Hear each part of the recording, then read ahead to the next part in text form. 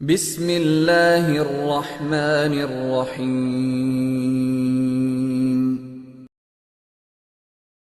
وکیل احناف جناب حضرت مولانا محمد الیاس کومن کو دعوت خطاب دوں گا تو وہ تشریف لائیں اور اپنے مخصوص انداز میں آپ اللہ سے خطاب فرمائیں۔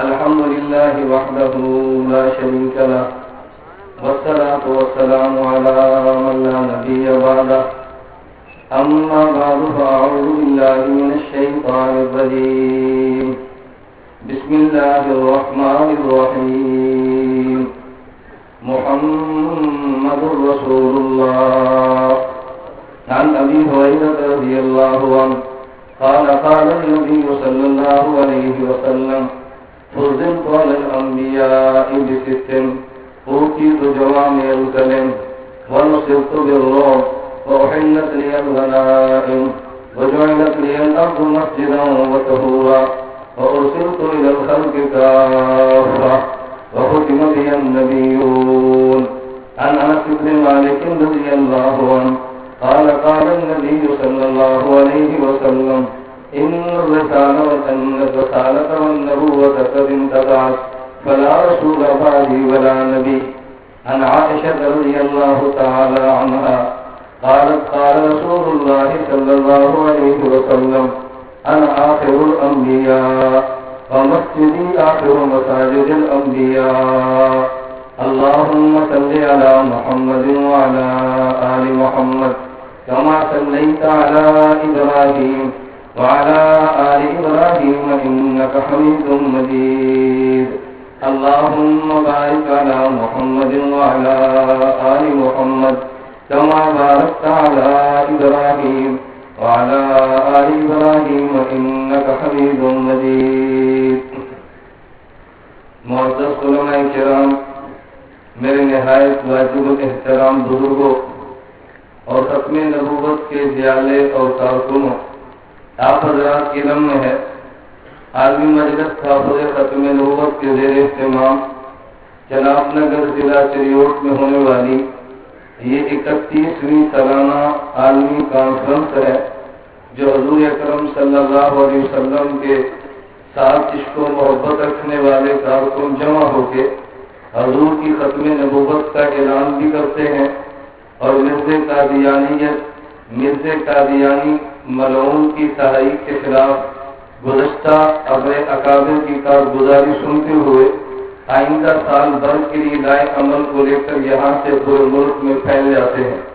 میں نے آپ حضرات کی خدمت میں بڑے اختصار کے ساتھ ختم نبوت کے عنوان پہ اس انداز پر گفتگو کرنی ہے کہ جس میں رسول اکرم صلی اللہ علیہ وسلم کا مقام بھی سمجھ آئے اور اس بات کا بھی احساس ہو کہ حضور کے بعد کسی نبی کی ضرورت کیوں نہیں۔ ہم نے حضور کو آخری نبی مانا ہے اور ہم ان کے بعد کسی بھی قسم کے نبوت کے قائل نہیں۔ آخر وجہ کیا ہے؟ ہم نبی کریم صلی اللہ علیہ وسلم کے بعد کسی کی نبوت کے قائل نہیں یا حضور کے بعد نبوت کی ضرورت کیوں نہیں؟ میں صرف اتنی گزارش کروں گا کہ میری پوری گفتگو کے دوران آپ حضرات کا مجھ پر یہ احسان ہوگا کہ کوئی شخص کسی بھی قسم کا نعرہ نہ لگائے۔ میں چاہوں گا دلائل کے ساتھ ختم نبوت کے کام کی وکالت کرو، عقلی اور نقلی آپ کی خدمت میں دلائل پیش کرو۔ میں کئی بار گزارش کرتا ہوں، خطیب کی خواہش ہوتی ہے کہ مجمع میں نعرہ لگے اور شور ہو، اور وکیل کی خواہش ہوتی ہے کہ مجمع کے سناٹا اور خاموشی ہو تاکہ وہ اپنے دلائل پیش کر سکے۔ وقت بہت کم ہے، میں نے انشاءاللہ العزیز 4:30 بجے تک اپنی گفتگو ختم کر کے حضرت خاکوانی صاحب دامت برکاتہم کو دعا کی دعوت دینی ہے۔ میں نے اپنی حضرت سے گزارش کی ہے کہ آپ تشریف رکھیں کرسی پر تاکہ مزید پانے اور جانے اور دعوت دینے میں وقت نہ لگے۔ میں نے آپ کی خدمت میں آیت کریمہ کا حصہ تلاوت کیا جس کے 3 لفظ ہیں۔ اور میں نے 3 احادیث سے مبارکہ تلاوت کی ہے۔ ایک حدیث کے راوی حضرت ابو ہریرہ، دوسرے کے راوی انس بن مالک اور تیسرے کے راوی راویہ ام المومنین امی عائشہ رضی اللہ تعالی عنہا ہے۔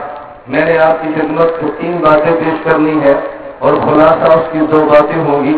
حضور کی نبوت کا مقام اور نبی کے ہمارے پیغمبر کے بعد کسی نبی کی ضرورت کیوں نہیں، خلاصہ یہ ہوگا، لیکن 3 باتیں ذہن نشین فرمائیں۔ نمبر 1 ذات نبوت، نمبر 2 دلیل نبوت، نمبر 3 وصف نبوت۔ میں نے ان 3 عنوان کو دلائل کے ساتھ چلانا ہے۔ نمبر 1 ذات نبوت، نمبر 2 دلیل نبوت اور نمبر 3 وصف نبوت۔ جس پیغمبر کا ہم نے کلمہ پڑھا ہے اس کی ذات نبوت کا نام محمد ہے، اور ہمارا مسلمانوں کا عقیدہ ہے ہمارے پیغمبر کو خدا نے جس خمیر سے پیدا کیا ہے اس خمیر کو جنت الفردوس کہتے ہیں۔ اس پہ دلیل قرآن بھی ہے، اس پہ دلیل حدیث مبارک بھی ہے۔ قرآن کریم میں آئے، آپ گھر جا کر اس کی تفاصیر کو مطالعہ فرمائیں۔ منہا خلقناکم وفیہا نعیدکم ومنہا نخرجکم تارۃ اخری۔ اس آیت کے ساتھ امام قرطبی رحمۃ اللہ علیہ تفسیر الجامع احکام القرآن میں حضور پاک صلی اللہ علیہ وسلم کی مرفوع حدیث کو نقل فرماتے ہیں کہ جب بھی کوئی بچہ پیدا ہوتا ہے اللہ اس قبر کی مٹی سے اس کو پیدا کرتے ہیں، جس قبر کی مٹی میں اس میں جا کر دفن ہوتا ہے۔ ما من مولود الا ينصر الیہ تربۃ حفرتہ، جس قبر میں جا کے دفن ہونا ہے اس قبر کی مٹی سے خدا اس کو پیدا کرتے ہیں۔ اس حدیث مبارک اور آیت کی روشنی میں میں یہ دعویٰ کرتا ہوں ہمارے نبی جس جگہ سے پیدا ہوئے ہیں اسی جگہ پہ حضور دفن ہوئے ہیں، اور جس جگہ پہ میرے پیغمبر مدفون ہے اس جگہ کا نام جنت ہے۔ ایک شخص مجھے کہنے لگا میں نبی کے روزے کو جنت نہیں مانتا۔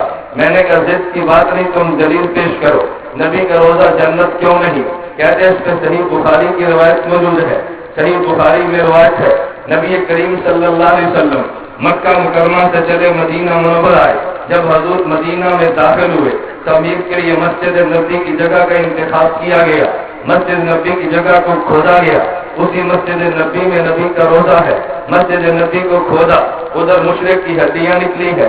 اگر یہ جنت کا ٹکڑا ہوتا تو مشرک کی ہڈی تو نظر نہ آتی، اس لیے کہ کافر اور مشرک کی ہڈی کبھی جنت میں ہوا نہیں کرتی۔ اس بخاری کی دلیل کی بنیاد پہ میں کہتا ہوں پیغمبر کا روزہ جنت نہیں۔ میں نے کہا تو بخاری کی روایت کی بنیاد پہ کہتا ہے، میں قرآن کی بنیاد پہ کہتا ہوں جنت کا ٹکڑا ہے، اور یہ دلیل جو بخاری میں ہے اس دلیل کا جواب قرآن میں موجود ہے۔ کہا یہ قرآن میں جواب کدھر ہے؟ میں نے کہا خدا نے حضرت آدم کو پیدا کیا، آدم علیہ السلام کو جنت میں رکھا، پھر خدا نے حکم دیا اسجدوا لآدم، میرے آدم کو سجدہ کرو، فسجد الملائکۃ کلھم، تمام فرشتوں نے سجدہ کیا ہے، الا ابلیس ابا واستکبر وکان من الکافرین، ابلیس نے انکار کیا، تکبر کیا اور سجدہ نہیں کیا، وکان من الکافرین۔ بعض مفسرین کہتے ہیں سارا من الکافرین، انکار کیا تو کافر ہو گیا، اور بعض کہتے ہیں ازل سے کافر تھا جس نے کفر کا اظہار اب کیا ہے۔ میں نے کہا جب ابلیس کافر ہوا تو مجھے بتا ابلیس کہاں پہ تھا؟ ابلیس بھی جنت میں ہے، آدم بھی جنت میں ہے، ابلیس نے سجدے سے انکار کیا تو کافر ہوا، یہ تو کافر ہو کے جنت میں تھا، تو نے کہا مشرک کی ہڈی جنت میں نہیں۔ میں نے کہا ابلیس کا وجود تو جنت میں ہے۔ مجھے کہنے لگا جی قرآن آگے بڑھیے، قرآن اس کا جواب دیتا ہے، خدا نے کہا اخرج، ابلیس تو کافر ہے جنت سے نکل جا۔ میں نے کہا بخاری بھی آگے بڑھیے، بخاری جواب دیتا ہے نو بشک میرے پیغمبر نے مشرک کی ہڈی کو لیا نکال دیا۔ تو پھر میں یہ بات کہنا چاہتا ہوں اور جنت میں ابلیس کفر کرتا ہے، خدا کافر کو نکال دے وہ جنت ہے، ادھر مشرک کی ہڈی ہے نبی نکال دے تو یہ بھی جنت ہے۔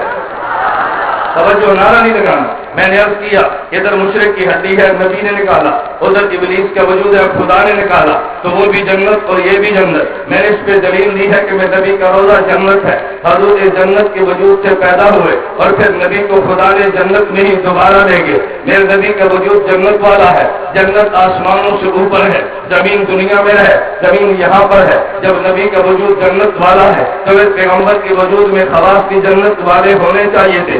نبی جنت سے آئے اور دنیا پہ رہے ہیں تو کچھ اثار نبی کے جسم پہ دنیا کے ہیں، کچھ اثار نبی کے وجود کے جنت میں ہے۔ میں سارے اثار گراؤں گا تو بات بہت لمبی ہے، یہ دنوں میں عنوان ختم ہونے والا نہیں۔ میں صرف 5 خواص پیش کرتا ہوں۔ نمبر 1 خاصہ، خدا نے جنت میں لطافت رکھی ہے، جنت میں کثافت رہی ہے۔ میں نے پیغمبر کے وجود کو حدیث کی روشنی میں دیکھا ہے، میرے پیغمبر کے وجود میں لطافت ہے، کثافت رہی ہے۔ حضرت پیغمبر کی والدہ آمنہ فرماتی ہے جب نبی پاک میرے پیٹ میں تھے اور میں حمل کے ساتھ تھی، ماشاءاللہ انی حملت بھی، مجھے محسوس بھی نہیں ہوتا میرے پیٹ میں حمل موجود ہے، بلا اجد ثقلہ کما تجد النساء، جیسے عورتیں بچے کا بوجھ برداشت کرتی ہے مجھے کبھی بوجھ محسوس نہیں ہوا، تو جیسے جنت کے وجود میں لطافت ہے میرے پیغمبر ماں کے پیٹ میں ہے، وجود میں سب کی لطافت ہے۔ حضرت ابوبکر صدیق نے نبی کو لیا، مدینہ منورہ جانے لگے، چلیے اس سے پہلے جبریل امین نے لیا حضور کو معراج کے لیے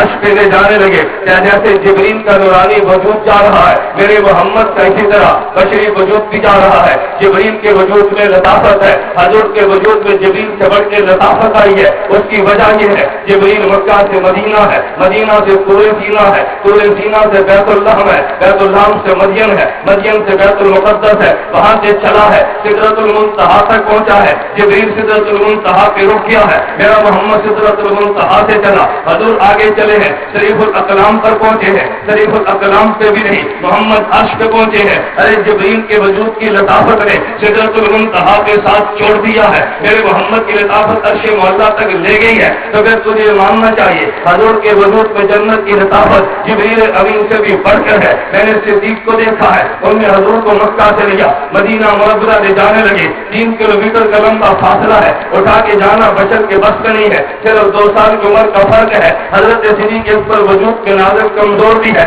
لیکن حضور کو کندھے پہ بٹھا کے صدیق گھاٹ تک گیا ہے، اس گھاٹ تک لے جانے کی وجہ میرے محمد کے وجود میں کثافت نہیں لطافت ہے۔ میں نے 3 دلیلیں دی ہیں۔ نمبر 1 ماں کے پیٹ میں ہے تب بھی لطافت ہے، نبی عرش پہ گئے ہیں تب بھی لطافت ہے، نبی گھاٹ پہ گئے ہیں نبی میں تب بھی لطافت ہے، تو جنت کا وجود لطیف ہوتا ہے، میرے محمد کے وجود میں لطافت نظر آتی ہے۔ میں نے جنت کو پڑھا ہے تو مجھے احادیث میں پتا چلا کہ جنت میں خدا نے نیند کو نہیں رکھا، جنت میں ہمیشہ بیداری ہوتی ہے۔ میں نے حضور کے وجود کو دیکھا ہے تو میرے پیغمبر میں جنت کا نقشہ نظر آیا ہے۔ آپ حضور کے وجود کو پڑھ لیجئے، نبی کے وجود میں دنیا کی وجہ سے نیند کے اثار تو آئے ہیں لیکن جنت کا اثر بھی باقی ہے۔ صحیح بخاری میں روایت موجود ہے، نبی پاک صلی اللہ علیہ وسلم نے نوافل پڑھے، حضور سو گئے ہیں، اٹھ کے بطر پڑے اور وضو نہیں کیا۔ امی عائشہ نے پوچھا ہے یا رسول اللہ اتنام قبل ان توترا، آپ بطر سے پہلے سو گئے، بغیر وضو اٹھ کے بطر پڑے ہیں؟ حضور وضو کے بغیر کبھی بطر ہو جاتے ہیں؟ میرے پیغمبر نے اعلان کیا ہے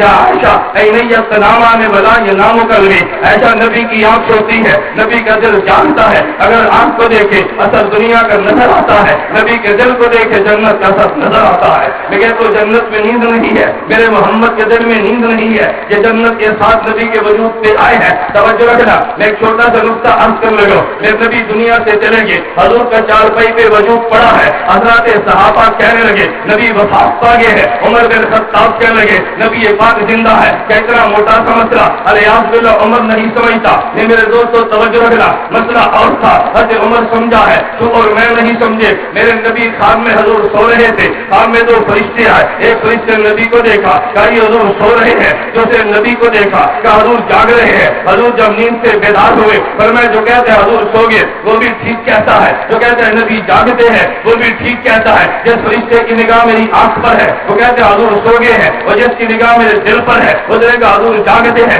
نبی چارپائی پہ ہے، جن صحابہ کی نگاہ نبی کی آنکھ پر ہے وہ کہتے ہیں وفات پا گئے ہیں، عمر کی نگاہ حضور کے دل پر ہے، انہوں نے کہا حضور زندہ ہے۔ نبی کی آنکھ سوتی ہے، نبی کا دل جاگتا ہے، نبی کی آنکھ پہ موت ہے، نبی کے دل پہ حیات ہے۔ لیکن حضرت ابوبکر صدیق کا ہے وہ نبی کی آنکھ بھی دیکھتا ہے، نبی کا دل بھی دیکھتا ہے۔ صدیق سے زیادہ پیغمبر کے مزاج کو کوئی نہیں سمجھتا۔ صدیق نے عمر کو سمجھایا، عمر بات کو سمجھو، جب نبی سو جائے دل جاگتا ہو، لیکن کہتے تو یہی ہے سو گیا ہے، نبی کے دل میں حیات ہو، لیکن کہنا تو یہی ہے دنیا کی موت آ گئی ہے۔ میں بات یہ سمجھا رہا تھا کہ اگر جنت میں نیند نہیں ہے تو نبی کے وجود کو دیکھا، جب اثر میں نیند نہیں۔ ایک نقطے پہ توجہ رکھنا، تم نے مسئلہ سنا سنا ہوگا نبی سو جائے، نبی کو خواب ہے تو وہی ہوتی ہے، وہی ہونے کی وجہ کیا ہے؟ وہی نبی کی آنکھ پر نہیں آتی، وہی نبی کے کان پر نہیں، نبی کے دل پر آتی ہے۔ قرآن خود کہتا ہے فَإِنَّهُ نَزَّلَ عَلَىٰ قَلْبِكَ، جبریل نبی کے دل پہ وہی لاتا ہے۔ ارے جب نبی جاگتا ہے تو دل تب بھی جاگتا ہے،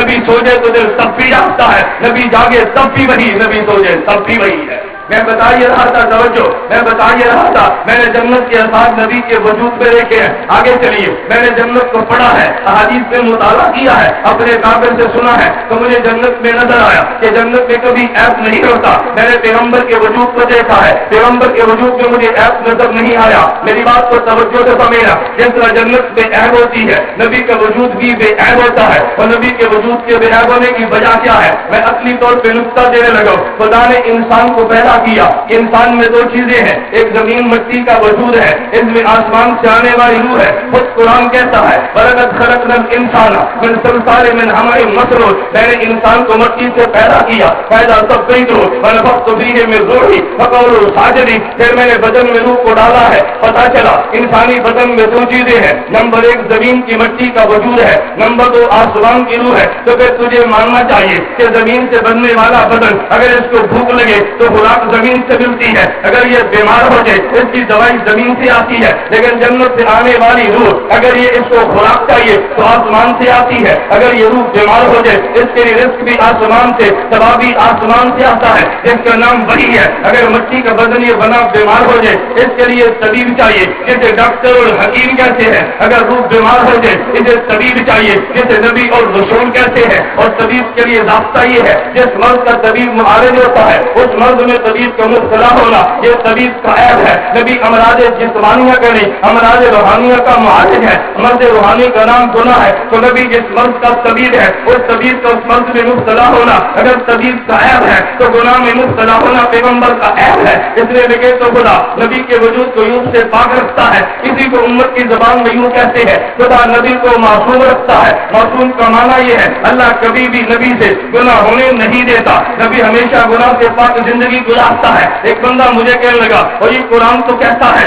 نبی سے گناہ ہوا، تم دیوبند والے کیسے کہتے ہو نبی سے گناہ نہیں ہوا؟ میں نے کہا تم آیت پڑھو جو آیت یہ بتائے نبی سے گناہ ہوا۔ کیا سورۃ فتح پڑھی ہے؟ میں نے کہا جی ہاں پڑھی بھی ہے، امام اہل سنت شیخ سرفراز سے سمجھی بھی ہے۔ کیا اس میں کیا لکھا؟ میں نے کہا اعتراف کر، کہتے غفر اللہ ما تقدم من ذنبک، قرآن کہتے نبی جو تیرا گناہ تھا ہم نے معاف کر دیا، پہلے والا اور بعد والا۔ جب گناہ ذنب قرآن کہتا ہے تم ذنب کیوں نہیں مانتے؟ میں نے کہا میں تو بات یاد کر تو توجہ سے سمجھنا، ارے ایک ہی لفظ ہوتا ہے نسبت نبی کی طرف ہے تو مانا اور ہوتا ہے، اور نسبت اگر امتی کی طرف ہو تو مانا اور ہوتا ہے۔ بالکل سمجھانے کے لیے ایک لفظ محبت ہے، اگر نبی تمہیں جلسے میں کہہ دو بے ختم نبوت والو تم جلسہ ذرا مختصر کرو مجھے بیٹی یاد آ رہی ہے، آپ ایک ہر کسی نے کہنا ہے تو بیٹی کا یاد آنا تعجب کی بات نہیں ہے۔ میں کہہ دوں جلسہ مختصر کرو مجھے بیگم یاد آ رہی ہے تو سب نے ہنس پڑنا ہے، تو ہے تو لفظ سے یاد آنا نسبت بیٹی کی طرف ہو تو مانا اور ہے، اور بیوی کی طرف ہو تو مانا اور ہے، جنبت نسبت امت کی طرف ہو تو مانا اور ہے، نبی کی طرف ہو تو مانا اور ہے۔ کہتے ہیں نبی کی طرف ہو تو مانا اور تو کیا مطلب؟ میں نے کہا تجھے بات مثال سے دوں گا، اگر علمی زیادہ بات کروں گا تیری عقل سے ماں بڑا ہوگی۔ اصول کو یاد رکھنا، گفتگو تیری عالم سے ہو، قائل دلیل سے کرنا، گفتگو تیری غیر عالم سے ہو تو پھر قائل مثال سے کرنا۔ عالم کو قائل کرنے کا طریقہ اور ہوتا ہے اور غیر عالم کو قائل کرنے کا طریقہ اور ہوتا ہے۔ میں مثال سے بات کرنے لگا، قاری صاحب پڑھا رہے تھے، مولوی صاحب درس دے رہے ہیں، ادھر سے مہمان آ گیا، شاگرد کو بھیجا چھوٹے بچے کو، بیٹا گھر جاؤ شیشے کے گلاس میں ایک گرم جو دودھ کا ایک شیشے کے گلاس میں ایک کو گرم دودھ لے آؤ۔ وہ بچہ لے کر آیا تو اچانک پاؤں کو ٹھوکر لگی، اس کا دودھ گر گیا اور گلاس ٹوٹ گیا۔ بچہ کھڑے ہو کے رونے لگا، استاد جی مجھے معاف کر دیجیے۔ استاد نے کہا تو نے جان بوجھ کے توڑا ہے؟ کہا جی میں نے جان بوجھ کے تو نہیں توڑا۔ پھر تو معافی کس بات کی مانگتا ہے؟ تو بیٹھ جا۔ وہ کہتا ہے نہیں مجھے معاف کر دیجیے۔ استاد نے کہا تو بیوقوف ہے، تیرا قصور نہیں ہے، معافی کس بات کی؟ کہتے نہیں استاد جی میرا جرم ہے، مجھے معاف کر دیجیے۔ آنے والا مہمان سمجھدار تھا، اس نے کہا استاد جی یہ بچہ ذکی ہے، بچے کی بڑی تیز ہے، آپ یوں نہ کریں، یہ گناہ بنتا تو نہیں ہے، لیکن تم بچے کی تسلی کے لیے کہہ دو بیٹا جسے تو جرم سمجھتا ہے نا میں نے معاف کر دیا وہ خوش ہو جائے گا۔ استاد کہتے بیٹا یہ جرم تو نہیں ہے لیکن تو جرم سمجھتا ہے، چل میں نے تیرے جرم کو معاف کیا۔ بچے کا دل بڑا ہوتا ہے، کبھی نبی بھول کر کام کرتا ہے، اس کو گناہ کہتے نہیں ہے لیکن نبی کہہ دیتا ہے اللہ میں نے بھول گیا, مجھے بھولنا چاہیے نہیں تھا, میرے گناہ کو معاف کر دیجیے. پھر خدا بھی کہتا ہے میرا پیغمبر یہ گناہ بنتا تو نہیں ہے, لیکن جسے تو گناہ کہتا ہے چل میں نے اسے بھی معاف کر دیا. خدا نبی کی زبان کو نقل کرتا ہے, بے ایمان کو عقیدہ بنا کے بیٹھ کیا ہے, اس لیے کہہ رہا تھا پیغمبر کی ذات معصوم ہے, جنت میں عیب ہوتی ہے, نبی کی ذات بھی بے عیب ہوتی ہے, نبی کی ذات میں کبھی عیوب نہیں ہوتے. لیکن تو میں نے جنت کے منظر کو دیکھا ہے تو جنت کو دیکھ لے, جنت میں بو کا تصور بھی نہیں ہے, جنت میں ہمیشہ خوشبو ہوتی ہے. میں نے پیغمبر کے وجود کو دیکھا ہے, جب نبی پہ ثقافت کے اثار ہے, پسینہ آیا ہے, یہ دنیا کا اثر ہے, لیکن پسینے کو سونگا ہے. انس بن مالک کہتے ہیں شمائل ترمذی میں روایت موجود ہے, فرماتے ہیں ما شممت قط اطیب ما شممت مسکل اطیب من عرق رسول اللہ, میں نے پیغمبر کے پسینے سے زیادہ کبھی کسی خوشبو کو دیکھا نہیں ہے. تو میں نے کہا پسینہ آیا, یہ دنیا کا اثر ہے, پسینے میں خوشبو ہے, یہ میرے پیغمبر میں جنت کا اثر ہے. میں بات یہ کہہ رہا تھا میرے پیغمبر کے بارے میں القصائد الکبریٰ سیوطی میں روایت موجود ہے. امی عائشہ رضی اللہ عنہا فرماتی ہے ان النبی کان دخل رائے حضور بیت الخلاء میں گئے, میں نبی کے پیچھے بیت الخلاء میں چلے گئے, حضور بیت الخلاء سے نکلے, میں بیت الخلاء میں گئے. عجیب منظر یہ تھا, انی لم ارى شیئا, بیت الخلاء میں کچھ بھی نہیں تھا, الا انی اجد رائحۃ الطیب رائحۃ الطیب, میں نے خوشبو کو سونگا. میں نے اللہ کے نبی سے پوچھا حضور آپ بیت الخلاء سے باہر نکلے, میں آپ کے پیچھے بیت الخلاء میں آئی ہوں, ادھر تو خوشبو کے علاوہ کچھ بھی نہیں تھا. اللہ کے نبی فرمانے لگے انا ماجر الانبیاء ثم تجسادنا علی ارواح اہل الجنہ, ایسا تو نہیں جانتی نبی کے جسم کو جنتی روح کی طرح تربیت کی جاتی ہے. جب نبی کے وجود سے کچھ نکل جاتی ہے اس کو زمین نکل بھی لیتی ہے, ادھر خوشبو بھی آ جاتی ہے. میرے پیغمبر کو براز مبارک آیا ہے, یہ دنیا کا اثر ہے, لیکن اس میں خوشبو ہے, یہ جنت کا اثر ہے. نبی کے پسینے میں بھی خوشبو ہے, نبی کے بول و براز میں بھی خوشبو ہے. چلیے میں نقطہ عرض کرتا چلا جاؤں, جب جنت میں ہوگا تو پھر براز کا تصور بھی نہیں ہے, لیکن دنیا میں ہوگا براز تو ہوگا, لیکن وجود جو کہ جنت کا ہے, براز دنیا کی وجہ سے ہے. جب پیغمبر یہاں سے پھر جنت میں گئے ہیں تو قبر میں براز کا تصور بھی نہیں. ایک شخص مجھے کہنے لگا کہ تم یہ بتاؤ کیا تمہارا عقیدہ ہے نبی کو قبر میں رزق ملتا ہے؟ میں نے کہا جی ہاں ہمارا عقیدہ ہے پیغمبر کو قبر میں رزق ملتا ہے. پھر مجھے وہ کہنے لگا جب نبی قبر میں کھاتے اور پیتے ہیں, ارے یاد باللہ بتاؤ بولو براز کے لیے کہاں جاتے ہیں؟ میں نے کہا ہم تو بد دعائیں نہیں دیتے, ہم تو خانقاہوں والے ہیں, ہم تو رائبل والے ہیں, ہم تو جو دعا دے کر کہتے ہیں خدا تجھے ہدایت دے, پھر خدا تجھے جنت میں لے جائے. مجھے یہ بتا تو جنت میں کھائے اور پیے گا, سکھاؤ اور پیو گا.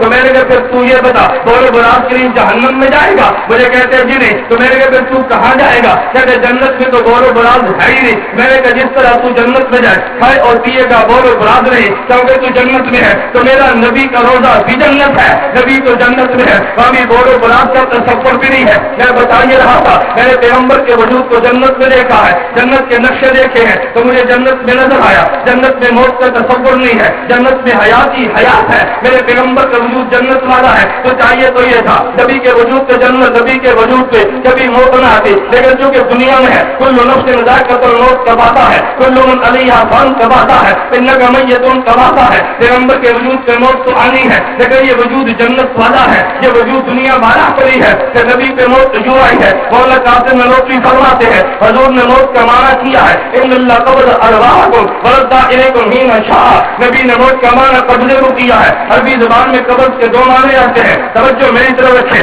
عربی زبان میں قبض کے دو معنی ہیں. میرے ہاتھ نکلنا تھا, میں نے ہاتھ کو پھیلا دیا, کہتے ہیں بسط تو یدی, میں نے ہاتھ پھیلا دیا ہے. میں نے سمیٹا, کہتے ہیں قبض تو یدی, میں نے ہاتھ کو سمیٹ لیا ہے. تو کبھی قبض اور بسطوں کے مقابلے میں آتا ہے, اور کبھی عربی زبان میں قبضوں کا معنی یہ نہیں ہوتا. حضرت کے پاس ڈنڈا موجود تھا, میں نے اس کو لے لیا. پوچھو جی خاکوانی صاحب کا یہ ڈنڈا کدھر ہے؟ کو جی مولانا گمبد کے پاس ہے. پہلے ان کے قبضے میں تھا, اب میرے قبضے میں تھا, ادھر سے نکلا تو میرے قبضے میں آیا. اسے بھی قبضوں کہتے ہیں. تو کبھی قبضوں کا معنی خروج ہوتا ہے, ایک سے نکل کے دوسرے کے پاس چلا جانا, اور جب قبضوں کا معنی سمیٹنا ہوتا ہے, پہلا تو سمٹ گیا. مولانا قاسم نانوتوی رحمۃ اللہ علیہ وہ قبضوں کے دو موت کے دونوں معنی جانتے. مولانا فرمانے لگے ایک قبضوں کا معنی سمٹ جانا ہے, ایک قبضوں کا معنی نکل جانا ہے. جب امتی پہ موت آتی ہے تو وہ نکل جاتی ہے, یہ بھی قبضہ روح ہے. اور جب محمد پہ موت آتی ہے روح وجود میں سمٹ جاتی ہے, اس کا نام بھی قبضہ روح ہے. میرے پیغمبر کا وجود تو جنت والا تھا, دنیا کے وجہ سے ظاہر پہ موت آئی ہے, لیکن قبر اثر میں جس طرح نیند نہیں ہے, قبر اثر میں کسی طرح موت بھی نہیں ہے. میں دعوے کے ساتھ چلتا ہوں, بات تجھے اتنے مضبوط اعتراضات ملیں گے نانوتوی کے فلسفے کے علاوہ تو جواب دے ہی نہیں سکتا. میں صرف ایک سوال اٹھاتا ہوں. ایک بندہ مجھے کہنے لگا میں نے کہا بھائی تم یہ بتاؤ حضور پاک صلی اللہ علیہ وسلم پیغمبر ہے, نبی کی بیوی کے ساتھ نکاح کیوں حرام ہے؟ مجھے وہ کہنے لگا اس لیے کہ امت کی روحانی ماں ہے اس لیے نکاح حرام ہے. میں نے کہا استاد کی بیوی بھی تو یہ تیری روحانی ماں ہے, تیرے شیخ کی بیوی بھی تو روحانی ماں ہے, اس روحانی ماں کے ساتھ نکاح ہو سکتا ہے؟ کہتے ہو سکتا ہے. میں نے کہا تو نے کہا روحانی ماں ہے نکاح نہیں ہوتا, یہ بھی روحانی ماں ہے اس سے نکاح کیوں ہوتا ہے؟ کہتے جی مجھے نہیں پتا. میں نے کہا کوئی اور دلیل پیش کر. مجھے وہ کہنے لگا نہیں یہ بھی نبی کے ساتھ اس لیے بیوی کے ساتھ اس لیے نکاح نہیں ہے کیونکہ نبی قبر میں زندہ ہے. میں نے کہا تیری دلیل تو ٹوٹ جائے گی. مجھے کہتے ہیں وہ کیسے؟ میں نے کہا شہید بھی تو قبر میں زندہ ہے, پھر شہید کی بیوی کے ساتھ بھی نکاح نہیں ہونا چاہیے تھا, کوئی ایسی وجہ بیان کر جس کا توڑنا ہو. کہتے مجھے بات سمجھ رہی ہے. میں نے کہا بات توجہ سے سمجھنا, ایک معاملہ شہید کا ہے ایک معاملہ نبی کا ہے. شہید کا وجود دنیا کی زمین والا ہے, نبی کا وجود جنت والا ہے. جب شہید پہ موت آئی ہے اس کی روح نکل گئی ہے, اس کی بیوی نکاح سے نکل گئی, کلیت موت آنے سے بیوی نکاح سے الگ ہو گئی تو بیوہ بن گئی. اب کوئی بات والا نکاح کرے تو کر سکتا ہے, میرے پیغمبر کا وجود تو جنت والا ہے, اس کی موت کی وجہ سے روح پورے جسم سے چھکڑ کے قلب اثر میں جمع ہو گئی ہے. تو نبی کی بیوی نکاح سے نکلی ہی نہیں ہے, نکاح سے تو تب نکلتی جب پورے وجود سے روح نکل جاتی. نبی کی روح پاؤں مبارک چلے گی, سر مبارک میں پھیلی تھی, قلب اثر میں سمٹ گئی ہے. جب نبی کے قلب میں حیات موجود ہے تو بیوی نکاح سے نکلی ہی نہیں ہے, اس کو بیوہ کہتا ہی نہیں ہے. شہید کی بیوی نکل گئی ہے, اس کو پہلے موت ملی پھر حیات ملی ہے, اور نبی کی موت کا معنی اور ہے, شہید کی موت کا معنی اور تھا. ادھر نکاح میں بیوی رہی ہے, ادھر بیوی نکل گئی ہے. میں بتائیے رہا تھا پیغمبر کے ظاہر پہ موت آئی ہے دنیا کے اثر کی وجہ سے, نبی کے قلب میں حیات ہے جنتی کے وجود کی وجہ سے. میں نے 5 دلیلیں صرف اس پہ بیان کی ہے. میرے پیغمبر کا وجود جنت والا ہے, میں سے بڑھ کے بات کہتا ہوں ارے میرا اور تیرا وجود زمین والا ہے, ہر آدم سے لے کر عیسیٰ ان کا وجود جنت والا ہے. میرے پیغمبر کا وجود جنت الفردوس والا ہے. نبی امتی میں یہ فرق ہے جو نبی اور جنت میں فرق ہے, اور جنت نبی اور نبی الانبیاء میں فرق ہے, جو جنت اور جنت الفردوس میں فرق ہے. میرے کا میرے پیغمبر کا وجود تو جنت والا ہے. ارے جنتی وجود کے ہوتے ہوئے جہنمی وجود کو کون مانتا ہے؟ ارے خوشبو والے وجود کے ہوتے ہوئے بدبو والے کو کون مانتا ہے؟ میں بات یہ کہہ رہا تھا میرے پیغمبر کی تعریف میں نے کی ہے. آگے چلیے میرے کا نمبر 2 دلیل نبوت سے بات کرتے ہیں. دلیل نبوت کا معنی معجزہ ہے, خدا اسے نبوت دیتا ہے اسے دلیل نبوت کی دیتا ہے. دلیل نبوت کا معنی خدا نبی کو ایسی چیز دیتا ہے جو امت کو عاجز کر دیتی ہے, امت کو لاچار کر دیتی ہے. میں نے پہلے انبیاء کی زندگی کو پڑھا ہے, مجھے انہیں معجزات نظر آئے لیکن وہ معجزات عملی تھے. میں نے اپنے محمد کو دیکھا ہے صلی اللہ علیہ وسلم, ادھر مجھے عملی بھی نظر آئے ہیں ادھر علمی بھی نظر آئے ہیں. میں نے نبی کو دیکھا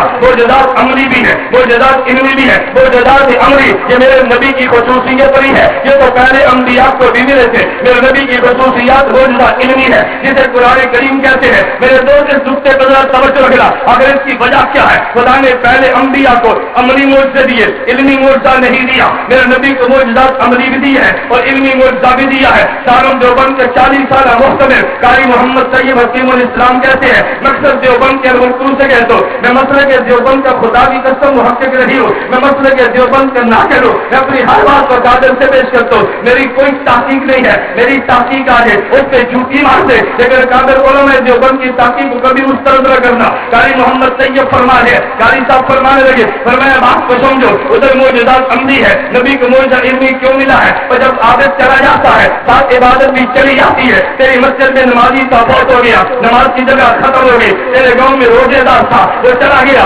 روزہ بھی ختم ہو گیا. حاجی حج کا 40 سال سے کر رہا تھا وہ چلا گیا, اس کی جگہ بھی حج بھی ختم ہو گیا. جب عامل جاتا ہے عمل ساتھ چلا جاتا ہے, لیکن جب عالم جاتا ہے تو اس کے علم کے اثرات کو چھوڑ کے جاتا ہے. ایک عالم چلا گیا پیچھے شاگرد چھوڑے ہیں, ارے قاری چلا گیا پیچھے حفاظ چھوڑے ہیں, شیخ الحدیث چلا گیا پیچھے محدث چھوڑے ہیں. عابد کا معاملہ اور ہے, عابد جائے عبادت ساتھ جاتی ہے, عالم جائے علم کے اثرات چھوڑ کے جاتا ہے. ان کی نبوت بڑھتی تھی, ان کو معجزہ عملی ملا ہے. نبی گیا معجزات پیچھے ہیں, نبی کی معجزہ نبی کی نبوت جسوں کے دائمی تھی خدا نے معجزہ علمی دیا ہے, نبوت بھی نہیں ہے معجزہ بھی رہنا. میں دلیل نبوت سے بات کر رہا تھا, میں نے دلیل نبوت کو سمیٹا ہے اپنے وقت کو مختصر کرنے کے لیے. توجہ, میں نے آپ سے وعدہ کیا تھا میں 4:30 پہ بات ختم کر کے حضرت کو دعا کے لیے عرض کر دوں گا. توجہ رکھنا. نمبر آخری میں کہتا ہوں وصف نبوت بس نبوت کا معنی نبوت اور رسالت ہے. محمد میرے پیغمبر کی ذات ہے, رسول اللہ میرے پیغمبر کا وصف ہے. یہ نبوت اور رسالت ہمارے نبی کے اوصاف میں سے ہے. لیکن عجیب بات یہ ہے, ہم نے قرآن کریم کو دیکھا ہے تو قرآن کریم میں عجیب منظر نظر آیا. خدا کہتے ہیں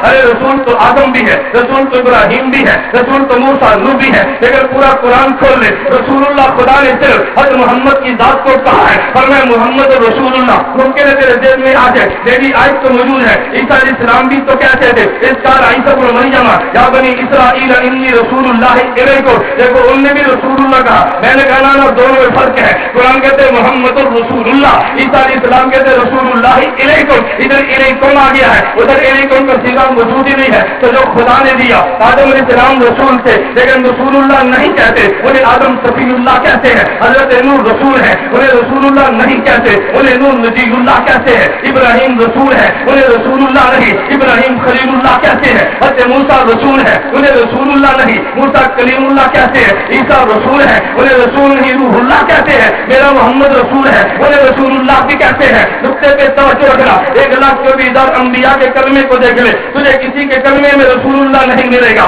میرے محمد کے کلمے کو دیکھ لے تو رسول اللہ کا تجھے کلمہ ملے گا. محمد رسول اللہ چاہے نبوت کی بات کرتا ہے, ختم نبوت کی بات بھی کرتا ہے, تو لا الہ الا اللہ محمد رسول اللہ کہتا ہے. حضور کو نبی بھی مانتا ہے, آخری نبی بھی مانتا ہے. رسول اللہ میں رسالت بھی ہے اور ختم رسالت بھی ہے. تو کہے گا وہ کیسے, دیکھے تو رسول رسالت سے منع ہے. رسالت کا معنی دو چیزیں ہیں, خالق سے علم و عمل لے لینا, مخلوق کو علم و عمل دے دینا. آدم سے لے کر عیسیٰ خالق سے علم و عمل لیتے رہے, امت کو علم و عمل دیتے رہے. میرے محمد نے بھی خالق سے علم و عمل لیا ہے, امت کو دیا ہے. ان کے لینے کا انداز اور ہے, دینے کا انداز اور ہے. میرے محمد کے لینے کا انداز بھی اور ہے اور دینے کا انداز بھی اور ہے. دیکھے تو ہاں خدا نے آدم کو دیا ہے تو جنت میں علم و عمل دیا ہے. خدا نے ابراہیم کو دیا ہے, کبھی چکھا کبھی مکہ مکرمہ میں دیا ہے. خدا نے نوح کو علم و عمل دیا ہے, دیکھے تو جودی پہاڑ تک لے جا کے دیا ہے. خدا نے عیسیٰ کو علم و عمل دیا ہے تو آسمانوں تک لے جا کے دیا ہے. یوسف علیہ السلام کو علم و عمل دیا ہے تو تخت شاہی پہ بٹھا کے دیا ہے. سلمان علیہ السلام کو علم و عمل دیا ہے, خدا نے تخت سے اڑا کے دیا ہے. حضرت داؤد کو علم و عمل دیا ہے تو تاج شاہی پہنا کے دیا ہے. میں نے اپنے پیغمبر کو دیکھا ہے, نقطے پہ توجہ رکھنا, جب خدا نے میرے محمد کو علم و عمل دیا ہے, کبھی عائشہ کی گود میں سلا کے دیا ہے, کبھی صدیق کے کندھے پہ بٹھا کے دیا ہے, کبھی مکہ مکرمہ میں چاہے زمزم پہنا کے دیا ہے, کبھی خدا نے بڑھاپ پہ اڑا کے دیا ہے. لیکن تو ہاں خدا نے جب میرے نبی کو علم و عمل دیا تو مدینہ منورہ پہنچا کے دیا, سورہ سینہ دکھا کے دیا, بیت اللہ پہنچا کے دیا, بیت المقدس امام بنا کے دیا. آگے چلتا چلا گا, میرے نبی کو خدا نے علم و عمل دیا ہے, عرش معلیٰ تک لے جا کے دیا ہے. میں نے قرآن کو کھولا ہے, ادھر کعبہ کو دیکھا, ادھر عرش معلیٰ کو دیکھا تو مجھے قرآن میں آیت نظر آئی. قرآن کہتا ہے ان اول بیت وضع للناس الذی ببکۃ مبارکہ, زمین پہ جتنے مکان بنے ہیں پہلے مکان کا نام کعبہ ہے. میں نے عرش کے بارے میں قرآن کو دیکھا تو قرآن کہتا ہے خدا نے 7 زمینیں بنائی ہیں, پھر 7 آسمان بنائے ہیں, اور یہ کرسی اس سماوات بلند سے خدا نے 7 آسمانوں کے اوپر کرسی کو رکھا ہے. مکان عرش علامہ امام آلوسی تفسیر نور المعانی میں لکھتے ہیں اس کرسی کے اوپر خدا کا سمندر ہے, سمندر پہ خدا کا عرش ہے. پھر میں یوں کہوں گا کعبہ مکان اول کا نام ہے, عرش مکان آخر کا نام ہے. خدا جب محمد کو دینے پہ آئے آغاز کعبہ سے کیا ہے اور انتہا عرش معلیٰ تک لے جا کے دیا ہے. لیکن تو ہاں ان میں علم و عمل تو دیا ہے, لیکن ان کو علم و عمل دینے کا انداز ہے. کسی کو جنت میں رکھا, کسی کو جودی پہاڑ پہ رکھا, کسی کو طور سینہ پر رکھا, کسی کو بیت المقدس پہ رکھا. لیکن جو دینے کے مقام بنتے تھے خدا نے سارے میرے محمد سے ختم کر دیے ہیں. اس کعبہ سے ابتدا کی ہے اور اس پہ انتہا کی ہے. تو مجھے بتا کعبہ سے پہلے ابتدا بتا دے اور اس کے بعد انتہا بتا دے. کعبہ سے پہلے ابتدا نہیں ہے اور اس کے بعد انتہا نہیں ہے. خدا نے علم و عمل نبی کو دیا, ادھر ابتدا کر دی ادھر انتہا کر دی. میرے محمد نے لیا ہے تو لینے کے جو مقامات بنتے تھے وہ سارے طے کر لیے ہیں. اور جب بات دینے کی آئی ہے لیکن تو ہاں آدم سے لے کر عیسیٰ انبیاء نے علم و عمل دیا ہے, لیکن امت کو دیا ہے, ارے جن کو دیا ہے, انسان کو دیا ہے. میرے محمد کی باری آئی ہے تو علم و عمل دینے کے لیے ذرا نقطے پہ توجہ رکھنا. باقی انبیاء نے علم و عمل دیا, صلحاء کو دیا, اتقیاء کو دیا, شہداء کو دیا, جن و علم کو دیا. میرے محمد کی باری آئی ہے تو علم و عمل کبھی جنات کو دیا ہے, کبھی علم کو دیا ہے, کبھی حور و غلمان کو دیا ہے, کبھی ملائک کو دیا ہے, کبھی شجر و حجر کو دیا ہے. جیسے بڑھ کے گئے تو ہاں کبھی صلحاء کو دیا ہے, اتقیاء شہداء کو دیا ہے. ارے صحابہ صدیقین کو دیا ہے، اس سے بڑھ کے کہہ دو کائنات میں سب سے اونچا مقام خدا نے نبوت کا رکھا ہے، پہلے مقام صالح کا ہے، پھر شہید کا ہے، پھر صدیق کا، پھر نبی کا ہے، سب سے اونچا مقام انبیاء کا تھا۔ میرا محمد جب دینے پر آیا ہے تو ان محمد حضور نے انبیاء کو دیا ہے، نبی کے اوپر کوئی مقام بنتا ہی نہیں ہے، عرش کے اوپر کوئی مقام نہیں ہے، نبی کے اوپر کوئی زمان، نبی کے اوپر کوئی مقام نہیں ہے۔ میرے تو لفظوں پہ توجہ رکھنا، میں نے گزارش کی ہے، عرش کے اوپر کوئی مقام نہیں ہے، نبی کے اوپر کوئی مقام نہیں ہے، نبوت مقام کی انتہا ہے، عرش مقام کی انتہا ہے، نبی لینے کے لیے عرش تک پہنچا ہے، اور جب میرے محمد نے دیا ہے نبی اس تک پہنچا ہے، تو کہے گا دلیل کیا ہے؟ میں کہتا ہوں ہاں بیت المقدس کے موقع میں 1,24,000 سارے انبیاء جمع ہے، میرے نبی امام بنے ہیں، حضور نے نماز پڑھائی ہے، باقی نبی نماز پڑھ رہے تھے، لیکن کبھی تو نے غور کیا یہ نقطہ میرا نہیں ہے، علامہ قادری سیرت المصطفیٰ میں لکھتے ہیں وَلَقَدْ آتَيْنَاكَ سَبْعًا مِنَ الْمَثَانِي وَالْقُرْآنِ الْعَظِيمِ کے ساتھ لکھتے ہیں، فرماتا ہے جو آگے کھڑا وہ قرآن والا ہے، جو پیچھے کھڑا تورات والا ہے، جو آگے کھڑا قرآن والا ہے، جو پیچھے کھڑا انجیل والا ہے، جو آگے کھڑا وہ قرآن والا ہے، اور جو پیچھے وہ زبور والا ہے، ارے آگے قرآن والا پیچھے صحیفے والا، تو پھر تجھے ماننا چاہیے آگے والا قرآن پڑھتا ہے، پیچھے والا تورات تو پڑھ نہیں سکتا، نماز ہوگی نہیں، قرآن پڑھ نہیں سکتا، قرآن ملا نہیں ہے، تو پھر تجھے یہ بات ماننی چاہیے ہمارے نبی نے قرآن پڑھا ہے، حضرت موسیٰ اور عیسیٰ سارے انبیاء نے خاموشی سے سنا ہے، پھر مجھے تو بتا کہ جب اللہ قیامت کے دن خدا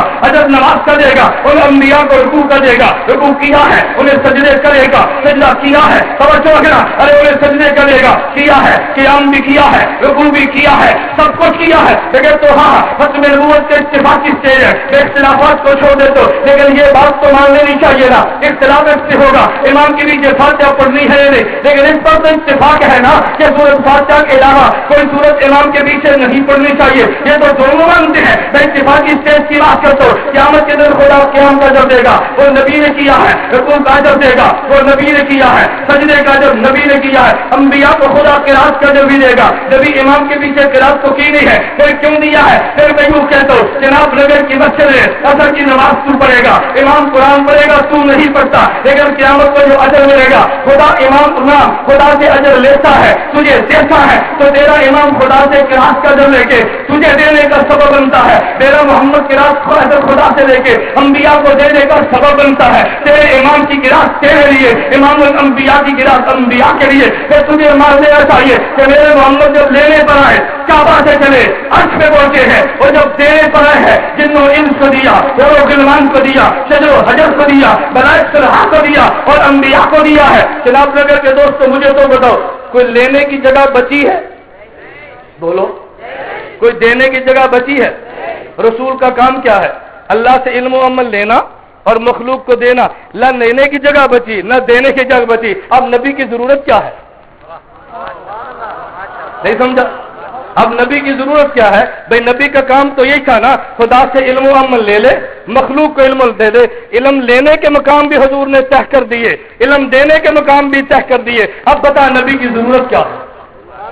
میں دنیا بھر کے قادیانیوں کو کہتا ہوں خدا کے لیے اللہ کے لیے ہماری بات کو سمجھو، میں نفرت کی بنیاد پہ نہیں کہتا، میں دنیا بھر کے قادیانیوں کو حضور کی غلامی کی دعوت آج دیر کر کے تو خوف کی بنیاد پر نہیں کہتا، اگر تم مرحلہ بچا ہوتا ہم بھی تمہارا ساتھ دے دیتے، حضور کے آنے پہ بندرے ختم ہو گئے ہیں، نہ دینے کی گنجائش موجود ہے نہ لینے کی گنجائش موجود ہے، اسی لیے تو خدا نے فرمایا میرے نبی کا کلمہ ہے محمد الرسول اللہ، جب ہمارے ختم نبوت والے کہتے ہیں اور بھائی مرزا محمد رسول اللہ پڑھے، انہیں کلمہ نہ پڑھنے دو، لوگ کہتے ہیں کیوں نہ پڑھنے دو، میں ان باتوں پہ بات نہیں کرتا جو ختم نبوت کا اسٹیج تجھے دلیل دیتا ہے، میں وکالت کرتے بات کر رہے ہو اور بھائی ہم اس کو مان لیتے، کوئی گنجائش تو نکلتی نا، جب نبی کو محمد رسول اللہ کہہ کے گنجائش بچی ہی نہیں ہے، نہ جگہ لینے کی ہے نہ جگہ دینے کی ہے، ہم نہ لینے والا مانتے ہیں نہ دینے والا مانتے ہیں، میرے محمد نے دینے پر بھی انتہا کر دی ہے،